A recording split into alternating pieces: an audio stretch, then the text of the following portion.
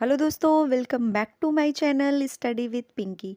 तो आज हम देखेंगे एलएस ऑफ टेस्टिस का डायग्राम, जिसे हम हिंदी में अनुदैर्घ्य काट कहते हैं। इसके लिए सबसे पहले हम एक इसका स्ट्रक्चर ड्रॉ कर लेंगे, एक हाफ सर्कल लाइक स्ट्रक्चर बनाएंगे। देन हम एपिडिडाइमिस के शेप को ड्रॉ कर लेंगे। एपिडिडाइमिस के लिए हम ऊपर से हल्की मोटी और नीचे से हल्की पतली सिलेंडर लाइक स्ट्रक्चर को ड्रॉ करेंगे।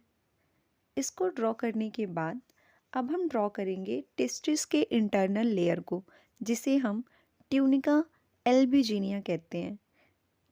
ट्यूनिका एल्ब्यूजिनिया को ड्रॉ कर लेंगे।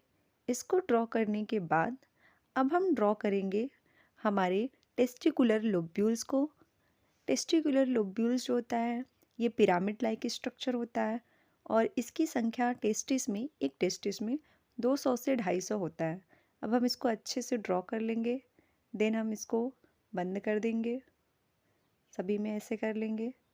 इसको ड्रॉ करने के बाद अब हम ड्रॉ करेंगे इसके अंदर सेमिनिफेरस ट्यूब्यूल्स को, जो कि एक पिरामिड में इसकी संख्या 1 से लेकर 3 तक होती है। तो हम 2 भी ड्रॉ कर सकते हैं, 3 भी ड्रॉ कर सकते हैं, आप अपने अकॉर्डिंग बना सकते हैं इसको। देन अब हम ड्रॉ करेंगे रेटे टेस्टिस को, जिसे हम हिंदी में वृषण जालिका कहते हैं। टेस्टिकुलर लोब्यूल से कुछ नलिका लाइक स्ट्रक्चर या ट्यूब लाइक स्ट्रक्चर बाहर निकलता है, जो कि आपस में मिक्स होकर, जैसे हम ड्रॉ कर रहे हैं, मिक्स होकर एक जाल नुमा संरचना बनाता है, जिसे हम वृषण जालिका या इंग्लिश में रेटे टेस्टिस कहते हैं। देन हम ड्रॉ करेंगे वास इफ्रेंसिया को। रेटे टेस्टिस यानी वृषण जालिका से कुछ पतली पतली संरचना निकलती है, नलिका जैसी। अब हम ड्रॉ कर लेंगे एपिडिडाइमिस को। एपिडिडाइमिस, इसमें वास इफ्रेंसिया ओपन होता है। अब हम ड्रॉ कर लेंगे वॉस डिफरेंसिया को, शुक्रवाहक नलिका को।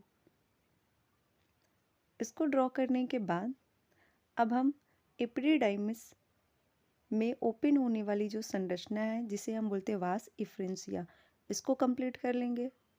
इसको कंप्लीट करने के पश्चात हम इसके मैट्रिक्स को ड्रॉ कर देंगे। ऐसा डॉट डॉट डॉट करके आप इसको बना सकते हैं, सभी जगह सेम ऐसे कर लेंगे। अब हम थोड़ा सा एपिडिडाइमिस को सेट कर देंगे, अपने अकॉर्डिंग कर सकते हैं पेंसिल से, किसी से भी। इसको लाइट शेडिंग करेंगे इसकी,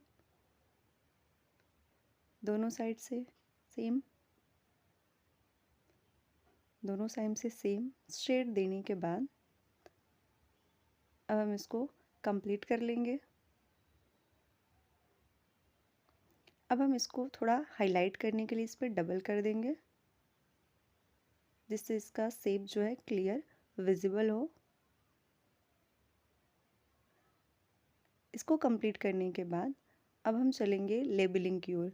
तो लेबलिंग के लिए सबसे पहले हम आउटर लेयर की लेबलिंग करेंगे, जिसे हम बोलते हैं ट्यूनिका वेजिनैलिस। ट्यूनिका वेजिनैलिस को लेबलिंग करने के बाद इंटरनल लेयर का लेबलिंग करेंगे, जिसे हम बोलते हैं ट्यूनिका एल्ब्यूजिनिया। देन हम करेंगे पिरामिड लाइक स्ट्रक्चर, जिसे हम बोलते हैं टेस्टिकुलर लोब्यूल्स। तो इसको लेबलिंग कर लेंगे टेस्टिकुलर लोब्यूल्स। देन हम करेंगे सेमिनिफेरस ट्यूब्यूल्स का, जो कि इसके अंदर पाई जाती है। 1 से लेकर 3 संरचना होती है इसकी, जिसको हम बोलते हैं सेमिनिफेरस ट्यूब्यूल्स। Seminiferous tubules. अब इसको ड्रॉ करने के बाद हम देखेंगे रेटे टेस्टिस, जो कि जालनुमा संरचना होती है, इसकी लेबलिंग कर लेंगे। इसको डबल कर लेते हैं, ठीक है। इसको बोलते हैं रेटे टेस्टिस, हिंदी में बोलते हैं इसको वृषण जालिका।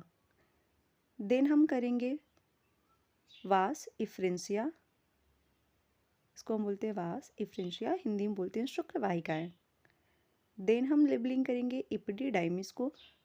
वास इफ्रेंसिया जिसमें खुलता है, उसे हम बोलते हैं एपिडिडाइमिस। एपिडिडाइमिस में स्पर्म का मैच्योरेशन होता है। लास्ट है आपका वास डिफरेंसिया, जिसे हिंदी में हम बोलते हैं शुक्रवाहक नलिका।